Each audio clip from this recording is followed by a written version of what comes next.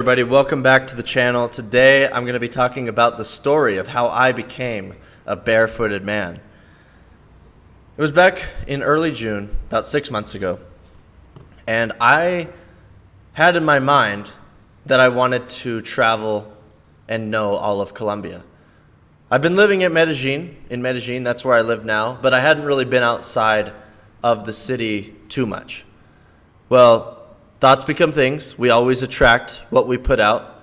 And about 3 hours later, from putting out this thought of wanting to travel Colombia, I get a text from my friend. He says, "I'm going to Cartagena tomorrow morning. Do you want to come with?" So this meant that I'd have to pack up everything from my apartment, which I was pretty minimalist at the time, so it was just a backpack and a suitcase. Have to check out, end my lease, and go with him, because I was thinking, whenever this trip happens, it's going to be at least a month or two. Get to know all of Colombia. So, all last minute, we go to the airport.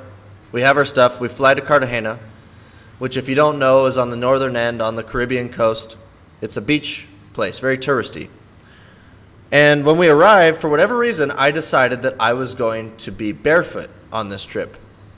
And I have no idea why that was. I mean, it was a beach destination, so it made sense. Just don't wear shoes at the beach. It's kind of normal. So we spent 4 days there, and it really wasn't weird to me. But I did notice that, of course, the sand got hot, and my feet were starting to get a little torn up from walking on the concrete because I'd never spent any time walking barefoot before. So after 4 days, I leave. My friend leaves, and I go by myself up the coast to Santa Marta, another beach spot for a few days. Again, it wasn't weird. Nothing really interesting happened other than just a little minor discomfort physically.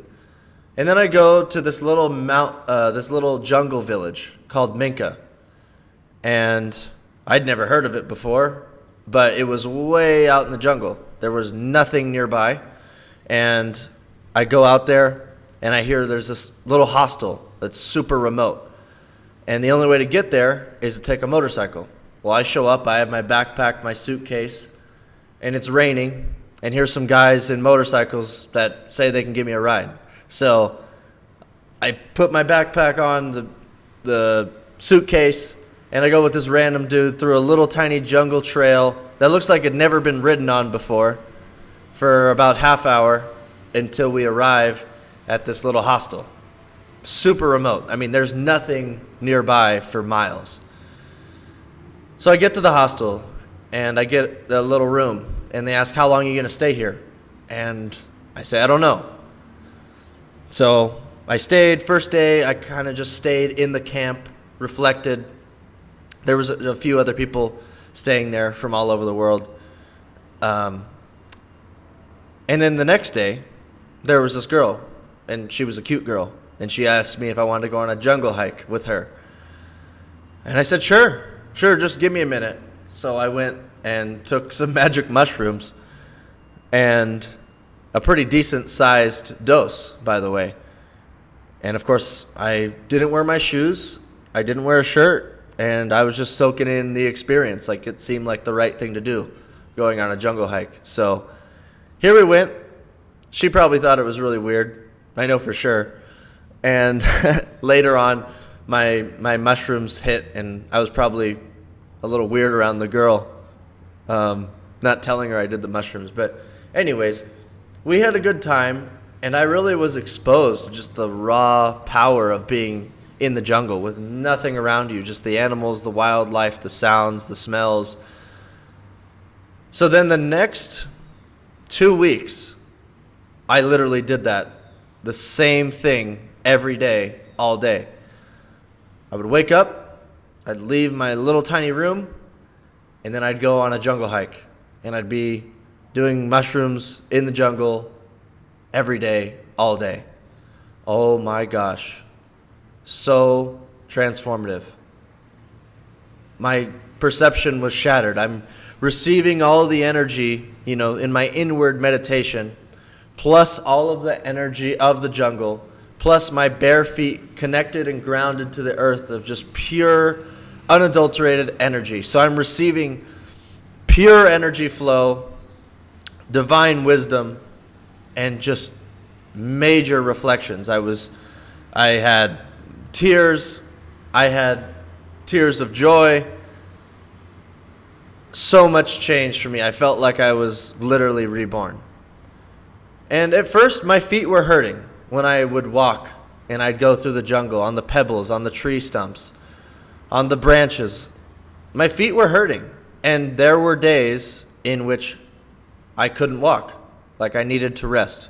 Either my feet were kind of cut up, or my muscles were just so tired from using muscles that I had never used before, because when you walk barefoot, you're using muscles that you never used. So it quite literally is like going into the gym for the first time. Like, you're going to be sore, and I definitely noticed that. Well, I'd say about 2 weeks was more the mushroom time, and I had changed more in those 2 weeks than I might have in my entire life. But I stayed for another 2 weeks in the jungle, living, reflecting, and just being. Continually going on the hikes, but just spending a lot of time writing. And it came to me what I needed to do next. I had noticed this profound change in myself, in my feet, in my spirit, and I needed to go share it with the world. I needed to go back to the city, be back with my people, and put this mission into action. So after a month of living in the jungle, I go back to Medellin. I go to the airport, and I put on my shoes that had cobwebs in them because I hadn't used them the whole time. And within 3 hours of using my shoes, and mind you, I had always worn these shoes and repeatedly ordered them 4 or 5 times because they were so comfortable. But now I'm noticing that they really were uncomfortable, and I couldn't wear them. So after 3 hours, as soon as I got off the plane and walked through the city just a little bit, I took them off and thought, I can't do this. I can't wear this. This is like deforming my feet. I felt tension in my shins, and my knees were getting stiff. Like, I felt a real difference really quick. And I said, I'm just going to make this a 90-day experiment, no shoes. So here I am walking through a big city, 3 million people, Medellin, Colombia, without shoes. Plus, I'm a foreigner. So you can imagine I'm getting a lot of attention. Everywhere I go, people are looking at me. Who's this barefoot guy? Is he homeless? Like, what's the deal? What's going on here? Then the security would come by and say, sir, you need to put on shoes. Why don't you have shoes on? And then it would be confrontational, like respectfully, but confrontational. Well, I don't wear shoes, and is it a rule? Like, do I have to wear shoes? Because people are probably never having this situation come up before. So there's probably not even a rule written. It's just a given. You wear shoes. So here I am walking around barefoot, getting attention from regular people, from security, from staff saying I can't enter restaurants, I can't do certain things. And even though I'm someone that really doesn't give a shit about what people think or their opinions, I myself had started to notice that when there's a constant flux of activity and being defensive with people, it started to weigh on my psychology. It affected my mindset to where kind of everywhere I went, every step that I took, I'd be looking over my shoulder. I don't want to get more attention. Like, leave me alone. Just let me live my life. But no, it just wouldn't happen. So I thought, the Matrix has the shoe police. And this is like a strong belief of the Matrix, that shoes is something that you do, and you don't question it. You just wear shoes. And to go against the Matrix, you're going to get everyone trying to defend the Matrix. So I thought, I need to do something. I need to put on like socks or some sort of shoe without a sole, something that I could blend in, because I definitely don't need shoes. They're uncomfortable, and there were no shoes around that could accommodate my barefoot lifestyle. And I thought, okay, I need to make a shoe then. I need to make some sort of sock that I could walk around barefoot and fit in, but not sacrifice my health. So I was working with factories and a team here in Colombia to try to develop a shoe that was different, that felt like being barefoot. And over the course of a few months of developing this shoe, I came to have the barefoot shoe that I have now. And this shoe, it feels like I'm walking barefoot. There's very minimal difference in what I feel and experience. However, I still try to be barefoot as often as I can. You really can't replicate the exact feelings of being barefoot, but I think the barefoot shoe is about as close as you can get to where it feels barefoot, but you're still blending in. And that's the only real reason that I made the barefoot shoe, was because I just needed to blend in. And it was for societal reasons. It was not for physical or functionality reasons. So there's no environment for me to be in right now that I feel like I need shoes. In fact, I feel like the shoes hinder my physical ability, my balance, my flexibility, my foot strength, everything. So I feel I'm way better off without shoes, but now it's my mission just to share this message with people, because they have a lot of common problems like joint pain, impact-related pain, injury, that really is all just from shoes. Shoes interfere with our connection with nature because, we're physically receiving energy up through the earth if we do grounding or earthing. It's very, very powerful. But totally, I'm a changed man, a changed perspective from, having that meditative time in nature. But I really feel that being barefoot was a huge part of that. And something I forgot to mention was that while I was living in the jungle, two other things happened. I noticed that my sleep cycle had naturally changed, that I started to go to sleep at around 7:30, 8 o'clock. I followed the sun. I was in circadian rhythm, and it just happened naturally. So I'd go to sleep 7:30, wake up about 4:30 in the morning, and it was all natural. The other thing was being barefoot, living in the jungle. I had lost about 14 pounds in 2 weeks, just because I was intuitively listening to when I needed to eat, and it told me that I don't need to eat.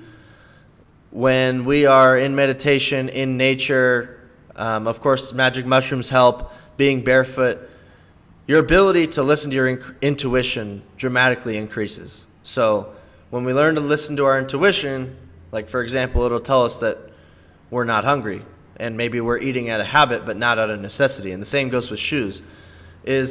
Shoes are a tool. There's a time and place for shoes. There's a reason that they were first developed anywhere from 10 to 40,000 years ago. They were very, very minor, but the shoes that we're wearing today is just for fashion, and not any place for me, no need for me. I'll never wear regular shoes again. But that's my story, some of my insights from being barefoot. And if you're curious about maybe doing it as well, I would say do the same thing that I did. Go a month either without shoes or using barefoot shoes, and be barefoot as often as you can, and know that your feet are going to be going through a transition. It's like going to the gym and you never lifted weights before. You're going to have sore muscles. Just go slow with it. Pay attention to how you're feeling. Pay attention to your toes widening out, your flexibility improving, having different muscles working. It's a really interesting experience, because you got to wonder, like, what did the ancestors do? And they were barefoot, but they were barefoot their entire lives, so they never had to go through a transition period like you and I might have to go through. So thanks for listening. Thanks for hearing my story, and I'll see you guys soon.